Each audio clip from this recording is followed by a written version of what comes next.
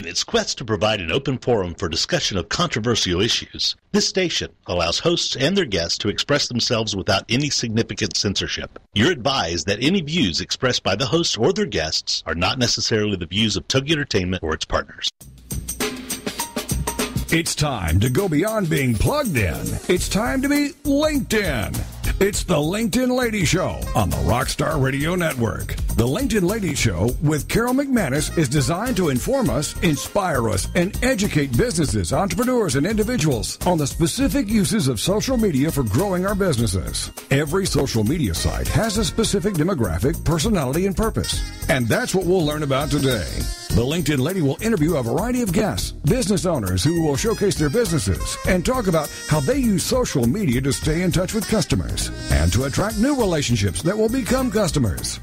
She'll also have other guests who will be experts in social media who will speak to the use of Facebook, Twitter, YouTube, Google, Plaxo, Squidoo, and of course, LinkedIn. And as trends change and new applications become available, you'll hear about them here first. It's the LinkedIn Lady Show on the Rockstar Radio Network. And now, here's your host, Carol McManus. Hello, everyone. This is Carol McManus, America's LinkedIn Lady, and I am so happy you are with me today. It's a good day in cyberspace. There's no big controversies going on. There's no big breathtaking, earth-changing, earth-shattering news that's happening. Facebook hasn't changed their privacy settings again, and people are getting used to timeline, which is a really good thing. So before I bring my guest on today, I'm sort of going to make up my own little hot topic of the day, and that is simply that I want everyone to make sure you are aware of and still have Google Plus on your radar screen. It's one of those sites that hasn't quite gotten where they had hoped it would be, or maybe some of us in the industry thought they would be. However, they are absolutely still a very viable solution and I believe, an important piece of your social media repertoire, and something to be reckoned with, especially for those of us in business, because they are going to have an increasing role in how people use business. So I've been doing my own informal poll with my clients and people in the space, and without exception, everybody is on Google+. The usage varies tremendously, but those that are using Google+ effectively are loving it because it gives them a new platform and a new way to communicate with clients and promote their business. They're using not only the circles to really distinguish and group people, which again, as you well know, you can't do easily on Facebook, and you can do on Twitter, but it means managing different lists and going in and out and checking in a lot of different locations. It's a little cumbersome on Twitter, and you really can't do it at all on LinkedIn. Yes, you can put your contacts in categories, but again, it doesn't really help you very much in terms of your updates and your communications without a lot of extra work.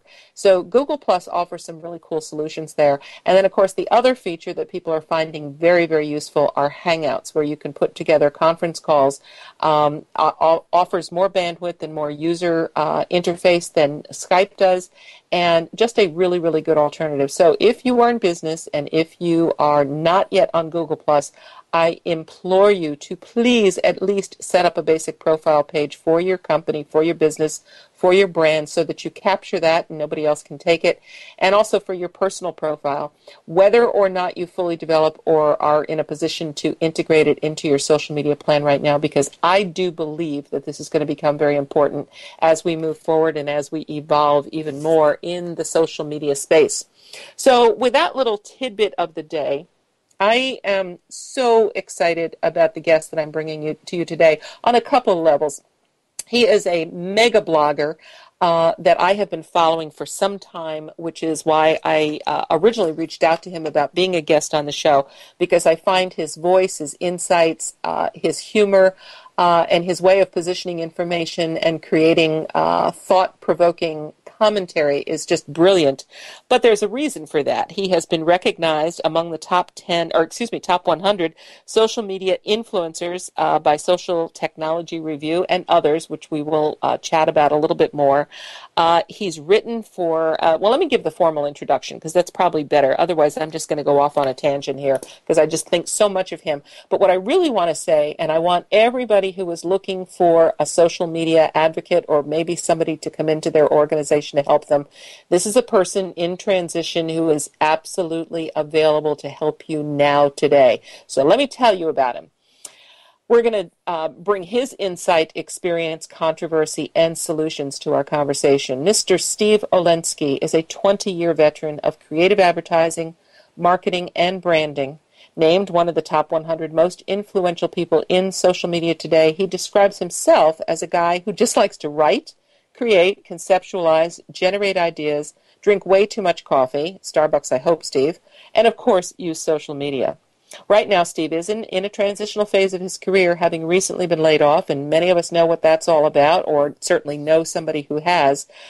He truly brings a unique combination of skills and talents, from copywriting, concepting, and ideation to his ability to help put an agency or a company on the map, literally, thanks to all the publications he currently writes for. And listen to this list of companies and businesses and print and virtual that he's writing for. Forbes, ESPN, Ad Age, Social Media Today, Branding Magazine, Business Insider, Business to Community, and I could spend the rest of the hour just going on where every place that he has appeared.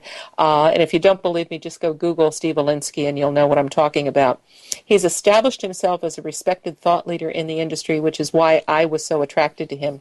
So I'm just going to tell you right now, and I'll repeat this later on, if you are interested in speaking with Steve about potential full-time employment or freelance or consult work, please visit his website, and I'm going to spell it for you. I'll say it first, and then I'll spell it. It's steveolenski.blogspot.com, and it's spelled SteveOlenski. So steveolenski.blogspot.com, or you can contact him via email at steveolenski@yahoo.com. So with that introduction, I want to bring Steve right into the conversation because we have tons and tons of things we want to talk about today. So Steve, welcome to the LinkedIn Lady Show. Thank you so much, Carol. It is unbelievably my pleasure to be here. Well, cool. I love that. So I gave you the sort of formal introduction and the things that I know about you, but why don't you tell us a little more about your background and what the listeners would be interested in, and also it'll help sort of cue up our whole conversation here. Sure. I've been in advertising, marketing, all the machinations therein, going on about 20 years. Worked in 2 Fortune 500 companies, worked for agencies as small as 5 people, as much as 300 people, at all points in between. I just have an absolute love and an undeniable passion for the creative process, for writing, for conceptualizing, for ideation. And when social media kind of took off, it was just like a natural extension for me because I really love to engage people. I love to interact with people and meet new people and to learn from people. And it was just, like I said, a real natural extension when I was given the opportunity to meet people all around, forget about the country, all around the world, who I never would have had a chance to meet with and learn from and get to know. Then also when blogging started, and that kind of came into vogue, and it gave me an outlet for my writing and to share my knowledge and my experiences in the advertising and the marketing and the branding world, it was just a real natural segue for me into social media. And, you know, it's funny that you use the word natural because I think, unfortunately, for a lot of people, it has not been a natural transition. In fact, I know that probably up until maybe the last year, advertising agencies are just now wrapping their head around the whole concept of social media. My own personal theory is because at the beginning, A, they undervalued it, and B, they honestly didn't know how to monetize it. Because most agencies are used to being paid on commissions by the buys that they do, whether it's media buys, TV, radio, print, And because social media is quote unquote free, it was a new way to offer and price their services. And they were, many of them, especially the big ones, the well-known ones, were so established in how they did marketing and branding and advertising that social media just felt like an annoying fly that they kept flicking away and ignoring it. And finally, I have seen a major change in that industry in the last year. I don't know if you agree or disagree with that. Oh, I absolutely agree. And I think more and more agencies and companies alike, maybe this is wishful thinking, are starting to realize that social media is really another medium for people for brands and companies and advertisers and marketers to speak to and engage with consumers. Of course, there's a real big difference in the medium in that the consumer now controls the message, and that's a hard thing for a lot of companies to come to grips with because of, everybody wants to be in control. Things are different, and they're going to stay different, and we'll touch on that a little bit later. But I agree with you. I do start to see some of the tide shifting. Although just today, Carol, I read something about how some agencies are now stopping their blogging because they're not seeing enough of a return, and it's really disconcerting because ad agencies have a really good platform and avenue to share their knowledge and experience, but far too many advertising agency blogs that I see are too self-promotional. And any blog in general, whether it's an advertising agency blog or any blog in general, it cannot be self-promotional. That's rule number one. If it's not rule number one, it's 1A and 1B. You can't be promoting yourself on a blog. A blog is where you share your knowledge, share your experience, give some insight that they're coming to you for. You're the thought leader. Whatever the topic is, you're the thought leader. Far too many agencies, especially advertising agencies, and maybe it's just in their DNA that they have to sell and promote, think they have to sell and promote themselves. That's not the place for a blog. I agree with you, and I think to put a different label on it, which in a way describes it also, is the difference in inbound versus outbound marketing thinking, because most ad agencies were used to outbound marketing where they're pushing the message out to the consumer, and you raised a really important point that it's really about the two-way communication and the interaction and creating that inbound marketing relationship, and it was not their natural DNA, as you said. We're going to be going to commercial break here in a minute, so I don't want to start an entire new conversation, but what I do want to hear from you is what was it about specifically? You touched on this, but I want you to go deeper about why social media attracted you and how you found it both to benefit you, your clients, the companies you were working with, and what you were writing. So don't answer that now because we are going to go to commercial break. I'll give you the 2 minutes to think about it, but we are going to talk about this whole issue about why it's so important in today's world, and then also cover some myths about social media. So I think we're coming up on commercial break. Yep, we are, Steve. If you would hang with us, and listeners, please hang with us. If you want to call into 866-404-6519. Steve or I would be happy to take your call and answer your questions. Stay tuned. This is the LinkedIn Lady.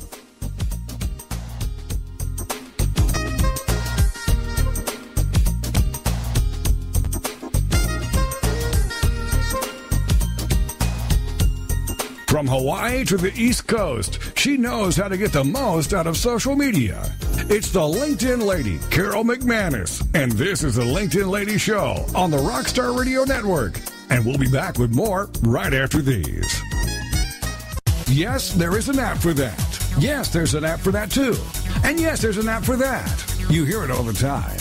But what does that mean to you? Join us for Yes, There Is an App for That, the radio show with your hosts Chandler and Sherry George, Thursdays at 2 p.m. Central on the Rockstar Radio Network. This is one radio show you can't afford to miss. Yes, There's an App for That is the show that will open your eyes as a business owner and entrepreneur. You'll learn what's hot and what's not in apps, internet marketing, and mobile marketing.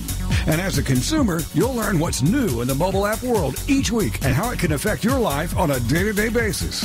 You'll learn the good and bad about certain mobile apps. Plus, we'll keep you informed on what to watch out for your kids on mobile apps. For more information, check out the website, catchfireinternetmarketing.com. Then join us for Yes, There's an App for That with your hosts Chandler and Sherry George, Thursday afternoons at 2 p.m. Central here on the Rockstar Radio Network.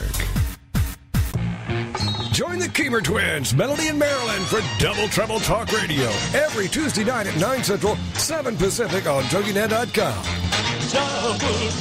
They're authors, speakers, entertainers, coaches, and the creators of the Double Trouble Transformation System for Success. As much as anybody else, oh yeah. Each highly energized show will feature interviews with celebrities, small business owners, corporate leaders, entrepreneurs, and other special guests sharing valuable insights. You'll learn how successful leaders use doubly effective communication techniques to dramatically increase sales, increase customer retention, increase productivity, and improve employee attitudes. For more on what the twins are up to, check out their website, KeemerTwins.com. Then join the Keemer Twins, Melody and Marilyn, every Tuesday night at 9 Central, 7 Pacific on TogiNet.com for Double Trouble Talk Radio. Okay, you're on, girls. Welcome back to the LinkedIn Lady Show. Here is where you find out what social media can do for you and your business. Now, as trends change and new applications become available, the LinkedIn Lady Show will bring that information to you in an easy-to-understand, fun, and engaging way. Join us now as the LinkedIn Lady continues to show us the way. Now, let's get back to your host, Carol McManus. Hey everyone, welcome back to the LinkedIn Lady Show. We are here today with my guest, Steve Alinsky, one of the absolute leading authorities on social media, major blogger, writer, influencer. Steve, I just love your voice. But and so I can see for you why social media, was sort of a natural transition from that more traditional world of advertising and marketing. But how would you describe it? What was it that really attracted you? What were the components of social media that you really liked? I think, like I mentioned earlier, Karen, I think the main Oops, I think we lost Steve's connection there. I'm not sure. I'll rely on my producer to see if we can get him back, because Steve, I cannot hear you. I don't know if you can hear me. So I'm just going to keep talking here for a couple of minutes and add my own about what attracted me to social media until we get Steve back. What attracted me to social media was the fact that I could put a message out to a lot of people and connect with a lot of people in a way that went way beyond traditional list building. Through, capturing emails and trying to communicate people and build off of your Outlook account or your Yahoo account. And more importantly, that it created that ability to send out one message and get it to many people and then have them the ability to respond back to me. And I love that, and I love the idea that there's sort of no boundaries in terms of what you can share in the social media space. Now, as my listeners have heard from me before, social media definitely has some implied boundaries for business. There are definitely some protocols and do's and don'ts, and you have to be careful what you express because you want it to reflect appropriately on social media. You want it to sound authentic and real and honest and true, but at the same time, you want it to sound appropriate. Now, I use appropriate in quotations because the appropriateness is going to depend entirely on you. What is appropriate for you, your brand, and your business? And I think my listeners know me well enough to know that I would lean to the more conservative side because I'm in the professional business-to-business space. So inappropriate language, inappropriate photos, erotica for sure, those are off boundaries for me. Those are areas where I would personally choose not to go. And again, that's not a judgment call on whether it's right or wrong for you. Just know that wherever you play, you are going to be competing with people in that space who are going to be judging you based on what they know. So I think we may have Steve back on the phone now. Steve, are you back? I am. Good. Sorry about that. We had a little bit of a Skype click pick up there. So what I did was I just shared with my listeners what attracted me to social media. But I want to hear from you. I know you touched on it briefly about the interaction and engagement, but go a little bit deeper than that about, what really resonated with you and why it has become such a huge part of your brand and your business. Yeah, no problem, Carol. Like I mentioned earlier, just the ability to engage and meet new people, that's what first attracted me. What really got my attention and interest was the fact that I could learn, I could find out about all these different things through social media, through Twitter specifically, is where my first kind of real foray into social media, that all this information sharing that was going on whether it was in my particular niche or any other niche, but mine was advertising, marketing, branding, all these great and exciting things that were happening in the world that I never would have known about had it not been for social media. So that whole idea, if you will, that whole platform that allowed other people to share information with me and vice versa that I never would have been able to find. Because let's face it, you can't possibly read everything on the Internet every day, of course. You can't be everywhere. So you rely on the people you follow and the people who follow you to share pertinent and relevant information in your particular niche and industry, like I mentioned before, that you never would have come across had it not been for social media. Well, and just to add on that, as you were talking, one of the things that I realized of why I personally gravitate to certain sites and certain bloggers and certain voices or certain websites is because those people are the aggregators of information, and I in turn am an aggregator of information by, bringing the best of the best, for example, to my listeners through the show or through my own blog posts. And I think that's where that voice and that emphasis on being not only the authority in your industry, but also, as you say, going out and connecting with these people so that they can provide information back to you. Because you're right, you can't read it all. We're all on information overload. So connecting with people who can help, synthesize it down and make sense of it is really important. So let's move on to the myths, because I find with my clients, and I think you probably would agree, is that there's still a lot of mysteries and myths out there about social media. There's a lot of misunderstandings. So what do you think is the biggest myth about social media? I think there's a couple that I want to touch on. And the first one is that social media will cure everything that's ailing a given business. And what I mean by that is if a business, say your sales are down for a couple quarters in a row, or whatever the case may be, and they're not really into using social media, but they've heard about it, and they want to dip their toe in social media to see if it could help them. So they set up their Facebook page, their Twitter account, maybe even a blog, Pinterest, because that's the hot new one going on, and they kind of open their social media doors, if you will, and expect the sales to just come in, just to come rolling in. Well, what they first have to realize is, and I wrote an article, the title was, "A Company Needs to Look In Before They Look Out" when it comes to social media. And what I meant by that is your product, is your service, is your wear, whatever you're offering, is it good? And it sounds so simplistic and so, well, of course it's good. Well, is it really? Are you asking yourself that really tough question? Is it good? Is it viable? Do people like and use our product? Because what social media will do, and I use the analogy of social media will open the door if you do it right. Of course, there's a caveat to that, if you do it right. And it will open the door and get people to come into your store, virtual or otherwise, and perhaps even try your product. But if your product's not any good, they're not going to come back, and it has nothing to do with social media. But far too many companies, I think, and businesses and organizations will throw up their hands and say, see, social media doesn't work, we're going to stop. Not realizing and not first taking that step back to say, are we doing everything we can? Is our product the best it can be?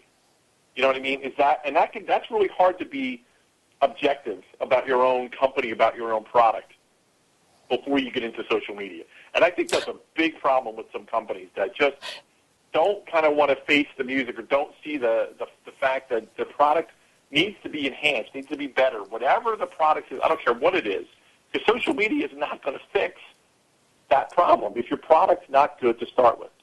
The second myth is that people, again, far too many companies, far too many businesses, far too many brand managers, whatever the case may be that I've dealt with, think social media is just a fad. It's just, oh, God, is that true? Whatever the recent fad is, I'll show my age and I'll say this, the Cabbage Patch dolls, or whatever the new fad is. But if you're old, if you remember the Cabbage Patch dolls, and that was the biggest craze going. And there's always a new fad that comes and goes constantly.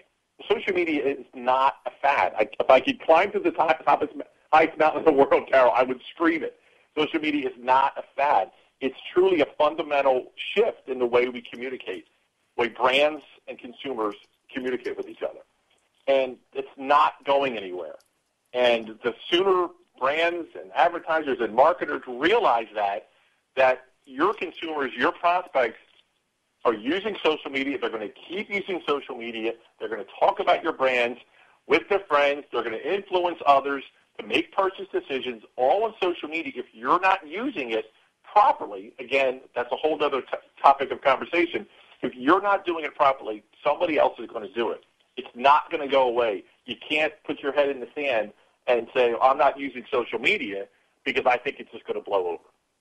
Well, and just to sort of broaden that out into the larger landscape, back in the mid-'90s when the internet was really just getting going, let's face it, it was the geeks and the tech people who really were the early adopters or the visionaries or at least the curiosity seekers saying, hey, this is pretty cool, we ought to try this. And even now, today, I meet clients in businesses, usually local businesses, who just don't even see the value yet of a website, or they spent $10,000 or $15,000 10 years ago. They threw up a website under duress because it was probably poorly done and today completely irrelevant. They're not getting the results. So the idea of having to stay on top of things and say, hey, your website needs updating. It's not interactive. Have you thought about adding a blog? How come you don't have a social media presence? There's this huge resistance of saying, look, I'm a local business. I don't need cyberspace. How is it going to benefit me? And how do you answer those kinds of questions? Because I know you got to hear them too. You mean from the local businesses, the smaller? Sure. Yes. Mostly local businesses. To me, it's one and the same. Whether you're a Fortune 500 or you're a local business, you're obviously in the business of making money, right? That's a given. So whatever your product, your service, whatever it is, you're in business to make money. To make money, you have to put yourself in front of customers to get your word out. Okay, the traditional advertising means and methods, that's fine. But if all your customers, not all your customers, but a good majority of your customers and the prospects are using social media, and I don't have to roll off this Facebook, 900,000 users, whatever the number is now. Twitter, Pinterest has the fastest growth rate of any social media platform. People are using these tools. So why would you not want to put yourself in front of your prospects and customers? And that's the most simplistic way I'll say to a local business owner, why would you not want to put yourself in front of them and your product? If you're going to spend money on a print ad or a postcard, which is fine, why would you also not want to engage them literally where they are, where they spend X amount of their time, to get right in front of their face? And explain, sell them, not overtly, of course, but engage them and tell them about your product, your service. Give them something of value in addition to sending the direct mail postcard or maybe the email campaign or integrating all of it together. So to me, it's just whether you're a multi-billion-dollar company or you're a local hardware store and anywhere in between. To me, it's one and the same. All right, and that's a great place to hit the pause button when we go to commercial break. When we come back, we're going to expand this and give some solutions that brands and companies can use when it comes to social media. So stay with us. This is the LinkedIn Lady.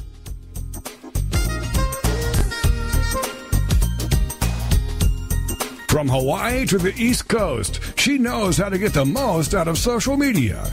It's the LinkedIn Lady, Carol McManus, and this is the LinkedIn Lady Show on the Rockstar Radio Network. And we'll be back with more right after these. There's a new sheriff in town. All right, boys, it's time to bulletproof your taxes. It's Nellie Williams, Fridays at 1 Eastern, here on the Rockstar Radio Network with Bulletproof Your Taxes. You can avoid IRS problems with her audit proofing system. Time is running out. The IRS is looking for you and your business, and it's only going to get worse because they're determined to close as many loopholes that currently exist for virtual businesses. Nellie knows this to be true because she's a former IRS tax audit supervisor. So she knows her stuff. And learn how to beat, not cheat the IRS and keep more of what's yours so it doesn't become theirs. Check out her website, bulletproofyourtaxes.com. Imagine the peace of mind knowing your taxes are bulletproof. So we'll see you here, partner, for Bulletproof Your Taxes. Fridays at 1 Eastern with Nellie Williams. Right here on the Rockstar Radio Network. Are you powerless to stop making choices that hinder your happiness, your peace of mind, your sense of fulfillment, or success? Have your choices resulted in broken relationships, job losses, and financial chaos? Then be here for Strategies for Healing from Addictions with your hosts, Gary and Sharon Worrell. Monday mornings at 9 a.m. Central on the Rockstar Radio Network. Strategies for Healing coaches and empowers and seeks to help people discover their goals and reach those goals quickly. Provide structure, tools, and perspective to help clients accomplish more in their lives. To encourage clients to think bigger and realize their full potential. Strategies for Healing endeavors to see each individual come to a place of purposeful living apart from addictions. Check out the website, strategiesforhealing.com. Then join us for Strategies for Healing from Addictions with your hosts, Gary and Sharon Worrell. Monday mornings at 9 a.m. Central on the Rockstar Radio Network.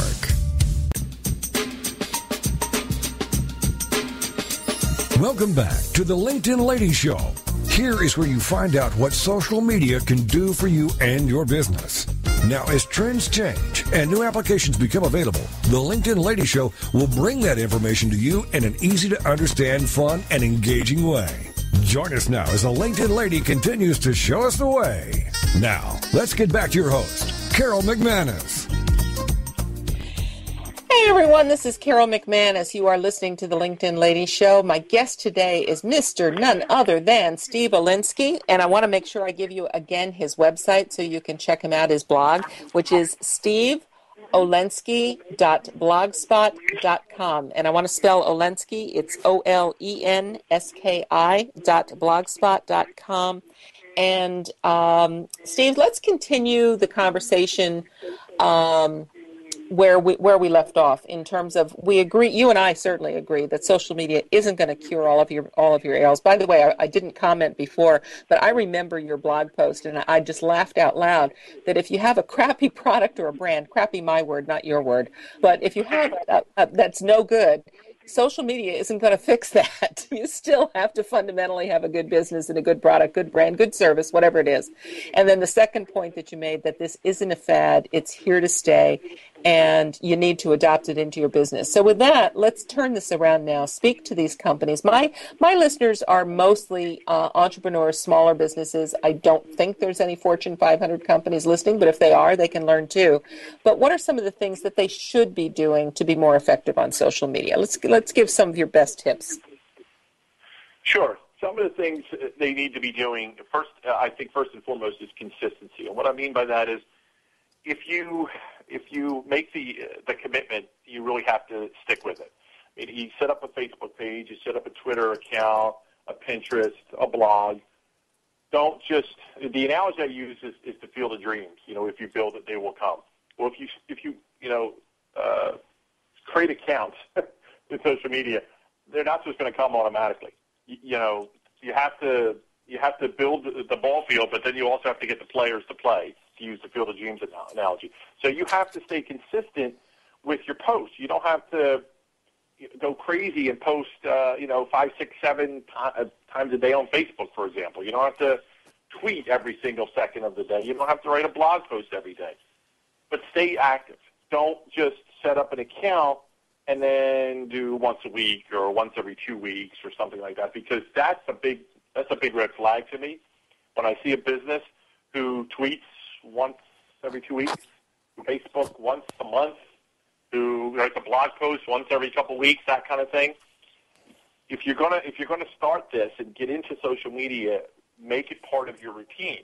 Make it part of your advertising and marketing campaign. So first and foremost is definitely its consistency. Let me just comment on that, because that is absolutely the number one thing that I hear from my clients, which is the time issue, and can I keep up with it? Because I do tell them, don't start a blog unless you know you have the time and the resources to maintain it. But I want to ask you a quick question related to this one before we move on to your next point, because this is something I get from my clients all the time. Do I need to be doing it myself? Should I hire somebody to do it, or can I outsource my social media? What are your feelings or your recommendations on that? Because I don't think there's a right or a wrong, but there are definitely some conditions that I like to put on it. So what are yours? Yeah, I don't think there's a right or wrong either. It's just as long as you do it. I think there's some really good social media kind of third party for lack of a better term, companies who will do it for you, who will speak on your behalf. It's real important, of course, that they understand your brand and your voice and speak in that voice. So to me, it doesn't matter whether you do it in-house or you outsource it. If you outsource it, you absolutely have to be confident in that third-party company who can convey the message how you want it to be conveyed. And that takes time, I understand, to learn your brand and speak to that voice. But to me, it's well worth it. Or a combination of the two. If, say, you have a CEO who wants to write a blog but doesn't want to tweet or Facebook or Pinterest or things like that, that's fine. Then let the CEO write a blog post whenever they want to. Someone else can handle the Twitter, someone else, and Facebook and Pinterest and all those other platforms, if you will. And to me, it's a really easy integration when you have multiple people blogging. I wouldn't recommend having multiple people, one do Google+, one do Facebook, one do Twitter. Of course not. To me, you want the same person managing all those same accounts. So to me, it doesn't really matter whether it's in-house or third-party, as long as you're consistent and you're consistent in the time and you're consistent in the brand message and voice. I love it. Okay, so let's go on to your second point about what are some of the things companies or brands should be doing to make their social media campaigns effective. Sure. Second thing would be content. I always use the real estate analogy, Carol. In real estate, what's the most important word in real estate? Location, location, location, right? Well, in today's social media, digital, whatever phrase you want to use world, it's content. It's content, content, content. But it can't be just content for the sake of content. It's got to be content that's relevant to your readers, your customers, and your prospects. So whatever your given industry is, and you know your industry, at least you should, better than anybody. So you should know what they want to read, whether it's in a blog, whether it's information you find on other websites that they're going to be interested in. Again, going back to the notion under the guise of no one can possibly read anything. So your customers and prospects are going to appreciate the fact that you're sharing information with them, sharing content with them that you found that you think would be important to them. So it's real important to find content but it's the right content. Again, it's not just, I've had a business owner once who just wanted to write a blog post every single day, and I said, what are you going to write about? I don't know. I'll write about, my camping trip I did last weekend. And I said, you can't. I mean, you're not writing to your audience. I know, but I feel like I need to write something every single day. No, stop. You don't need to write every single day. If you have something relevant to your audience, great. Write the blog post. If you don't, it's perfectly fine to skip a day. Like I said, you don't need to write a blog every single day. I do it because that's what I do. You don't need to do that. In fact, I would advise against a business owner or a company writing a blog post every single day, unless, of course, you have that relevant content. If you have relevant content, great, go for it. Well, and if I could just add to that, what I find, especially people say, well, I don't write, or I don't know what to write, or I don't know, what to say. I always say, well, start with what you know. Write down the last 5 or 6 questions that customers or clients asked you, that the answer to those questions comes so naturally to you, it just rolls off your tongue. And that's information. If one person asked you that question, that's information that other people want to know, information that you have that you assume other people know, but they may not. And even if they do, you're just reinforcing it, making them feel pretty smart because you agree with what they already know. So either way, it's a win. And I also, my other piece of advice, too, is the blogs don't have to be that long. You're not writing the great American novel here. You're writing, a short, pithy, informational piece, and you can move on. And if you do have a lot of material, break it up. It makes it more interesting. I cannot tell you how many times I've heard from people who say, excuse me, I'm not a writer. I can't write blog posts. And I say, okay, do you have an opinion? Well, of course I do. Okay, all you need to do then is, just like you and I are having a conversation, if I'm sitting across from someone, and we're talking about a given topic, I'll purposely start engaging them on a given topic. And 15 minutes later, we're done our conversation. I said, what we just did can be a blog post. And then I get to look at, like, my head's on fire. Like, think about it. You just shared your opinion with me about a given topic. Okay? Well, you can write that. Just write the way you're speaking to me.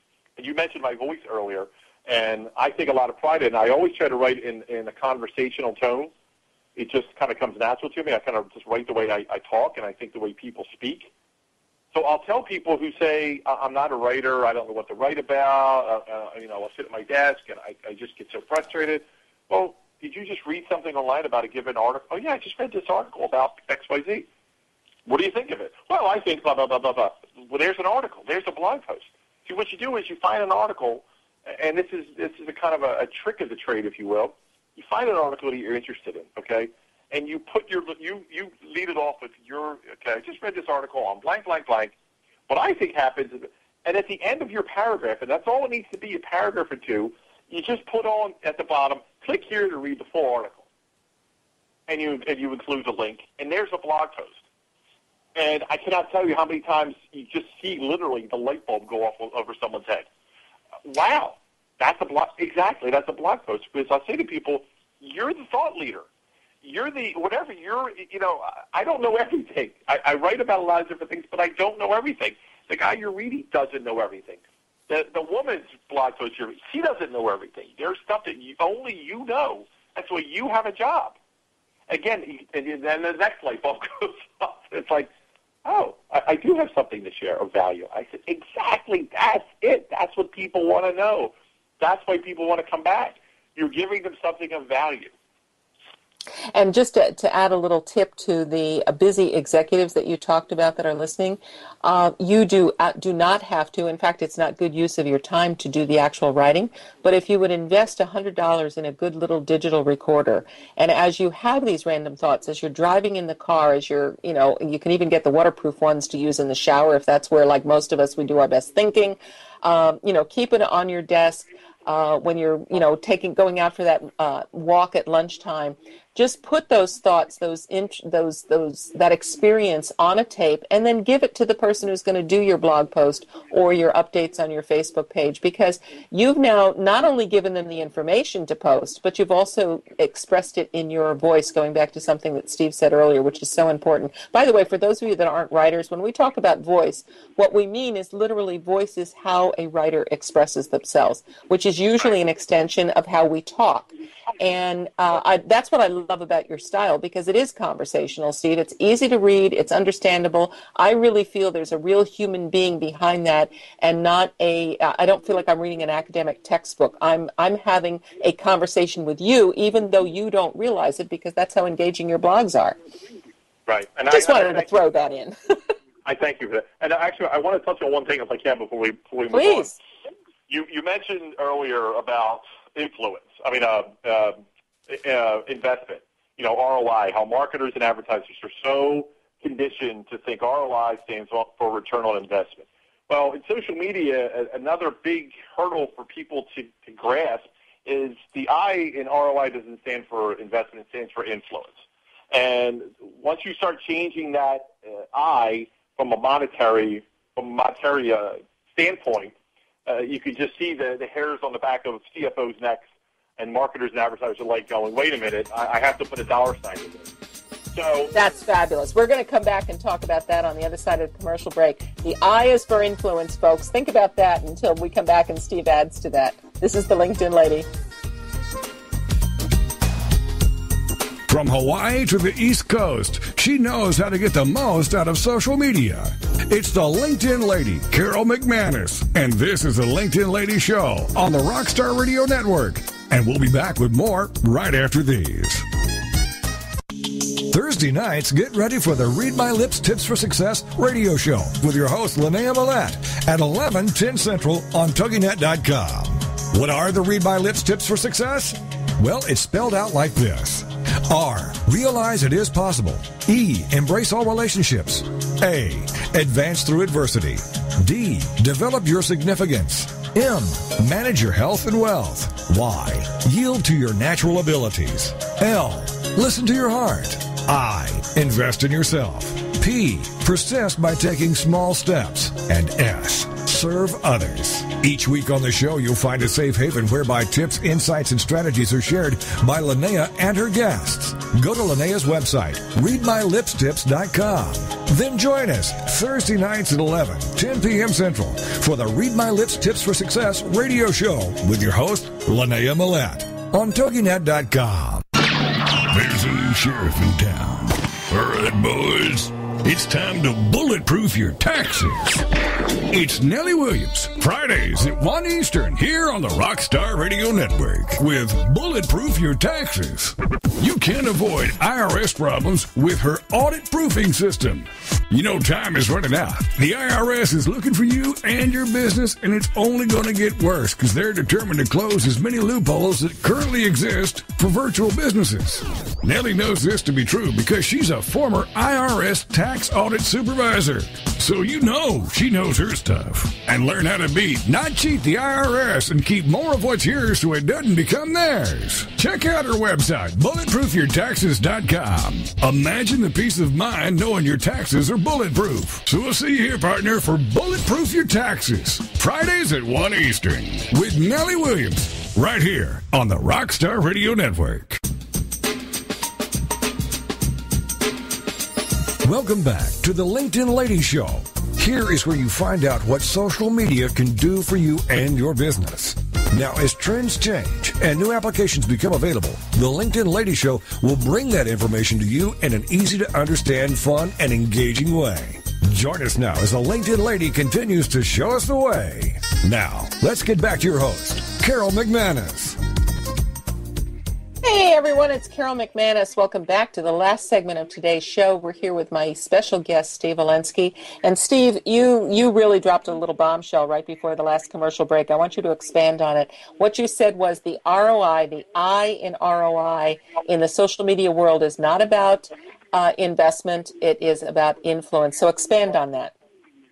Absolutely. I actually just wrote an article for Forbes yesterday entitled "Are Brands Wielding More Influence in Social Media Than We Thought?"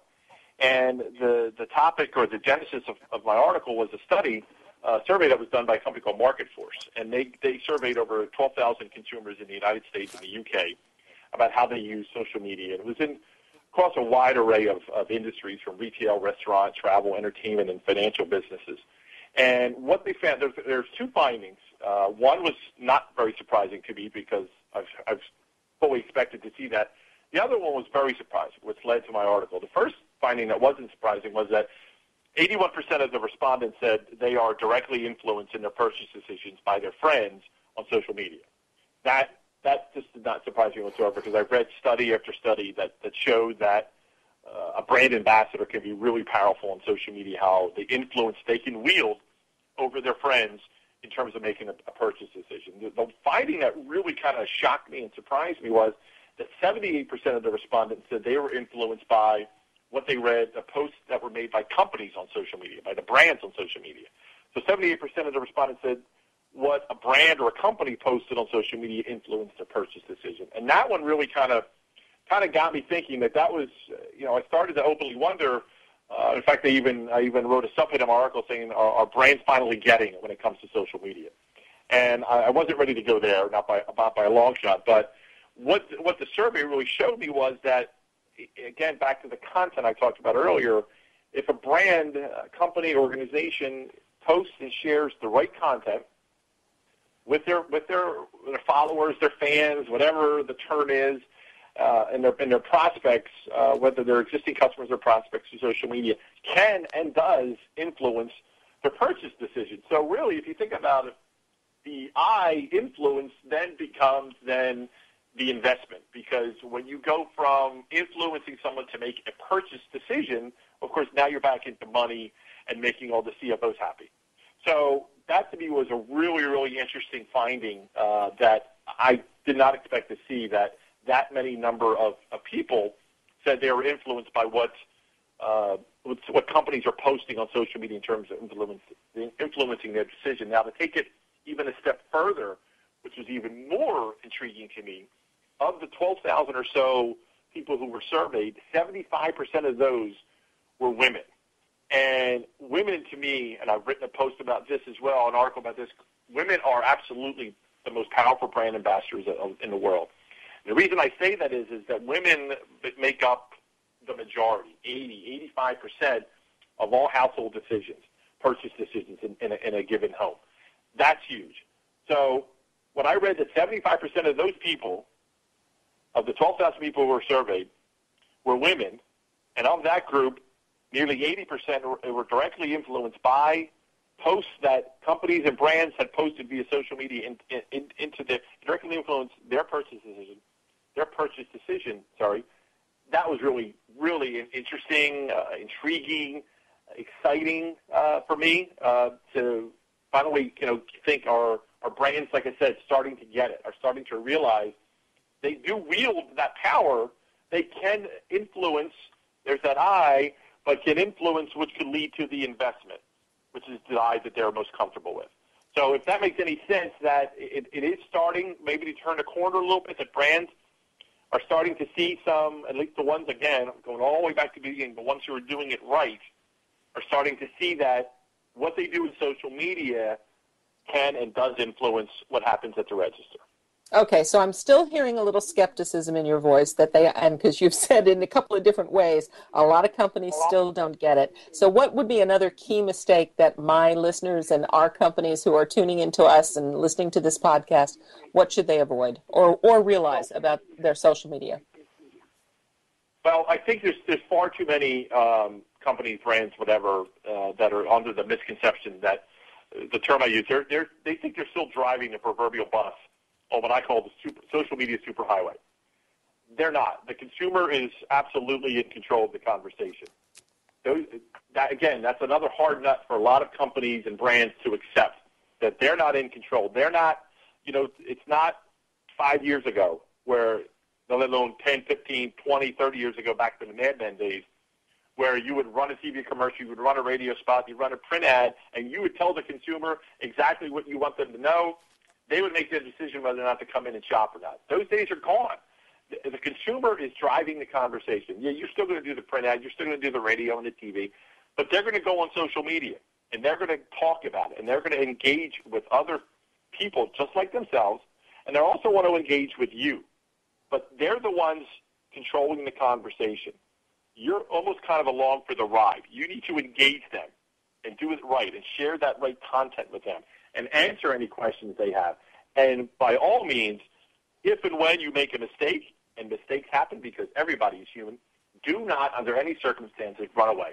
This is to companies and brands doing social media. Don't find a nearest sand pile to stick your head in it. It's not going to go away. Own up to it. One of the absolute key words when it comes to social media, operative words, is transparency. Transparency in everything that you do. Transparency in who's writing your blog posts. Don't put in, how many times do you see this, Carol, when you're looking at a blog posted by admin? Right? I love that one. Exactly. I've never met the person named admin, but apparently they're real busy because they write a lot of blog posts. So put your name on everything. Put your picture on everything. But if you make a mistake, do not run and hide. Do not try to pretend it didn't happen. And I can quote chapter and verse of company after company who have made a mistake and tried to hide from it. But there's also companies, American Red Cross is a famous one from last year, who someone tweeted something about having beer, but they inadvertently posted it under the American Red Cross account instead of their own personal account. Well, instead of running from it, they had fun with it. And here it all led to the brewery getting involved of the beer in question. They made this huge donation to the American Red Cross, helped them with a fundraising thing. They all had a big laugh about it. And it was just universally accepted. Okay, you made a mistake. Okay. Nobody got fired. Nobody, tried to pretend it didn't happen. Just own up to it and move on. It's just like life. We're a very forgiving society. So you own up to your mistake, and people move on, and I think they respect you more for doing that. I would agree with you. I mean, to me, I always say that the poster child of doing this well is Zappos. They sort of set the gold bar of managing their entire customer service online, primarily through Twitter, and really forced other companies to follow suit. And I love you actually articulated and defined the word transparency very, very well, because a lot of people get stuck on that. And they go, well, I want everybody to know everything about my business. And that's not what we're saying here. What we're saying is just, deal honestly and openly with people, because other people will be influenced by that. I love that. So, and brilliantly said and brilliantly written in your prior blog posts. So, what else do my business owners and people need to know, good, bad, or otherwise? What do you use in your own social media? There's a good question for you. What platforms? Yeah, what do you like best, and how do you use them differently? I'm just one of those like guinea pigs who will try anything. Other than the big ones, of course, the big, LinkedIn, Twitter, Facebook. Jumped on Google Plus when that started. I know that went through some growing pains. I think some people jumped ship. I think it's still very viable. I think it has a lot of good use to it. Pinterest, of course, is the latest, and it certainly won't be the last kind of new kid on the social media block. And that served the need. Obviously, people gravitated to it. I think part of the reason was because it's a visual medium, Pinterest. I think people were open to that as opposed to just another platform where it's only words per se, if that makes any sense. I think that's why Pinterest kind of resonated with so many people and so quickly. So I use all the ones that most people use anyway. I probably use it more than most people, just because one, that's my job and what I do, and two, because I really love it and I have just such a passion for it. And I want to stay engaged with as many people as I can because, like I said, I've learned so many different things. I've met great people like yourself. You're a perfect example of that you and I never would have met if not for social media, digital, online, all that good stuff. Absolutely. So we're down to the last probably 2.5 minutes of the show. What are your last thoughts of something we haven't touched on that you really feel is worth addressing today? I definitely want to talk about integration in closing. Integration's real. I definitely have that close to my heart, if you will, because I think it's a lost art, if you will. I know it's a buzzword, and a lot of people say it's overused, but I think it's so important because I know from reading studies, again, after surveys and study after study of consumers want to see an integrated message. They want to see the same message across all the platforms. Marketers want to be able to show us, consumers, an integrated message. But there's a problem, there's a disconnect, because a lot of marketing companies are in silos. So one department doesn't know what the other department's doing. So by the time the end user sees the message across different platforms, different mediums, whether it's online or offline, there's like a disjointed message. And it's really confusing, and I think it turns a lot of consumers off. And it's really not as hard as people think it is to create a truly integrated campaign. Well, and that supports what you said earlier about the idea of having, if you're going to be on multiple sites, the same person or the same company should be handling all of that so that there is that consistency and that integration. And I would even, and I think you said this or implied it, but I would add to that is we're not just, talking about social media there. I want to reinforce that. Steve's really talking about all of your marketing, all of your advertising, that it should all sound, to use another sort of trite cliche, it all should sound like it's coming from the same hymnal. And that really is important if you want to be taken seriously. So we're going to get ready to close out the show here. Steve, you are just amazing. And I just want to say to my listeners how much you have positively influenced me with your blogging and your messaging. I just think you're an amazing guy, and I can't believe that there isn't somebody listening to this show today who wants to connect with you. So why don't you just real quick, well, actually, we don't even have time. We're at 15 seconds. So I'm going to say find steveolensky.blogspot.com. Contact me on the LinkedIn Lady. I can put you in touch with Steve. And as always, folks, I wish you quality connections and natural networking. Have a great day. Thanks, Steve. Thank you for being a part of the LinkedIn Lady Show here on the Rockstar Radio Network with Carol McManus. Join us every weekday for the LinkedIn Lady Show. In each show,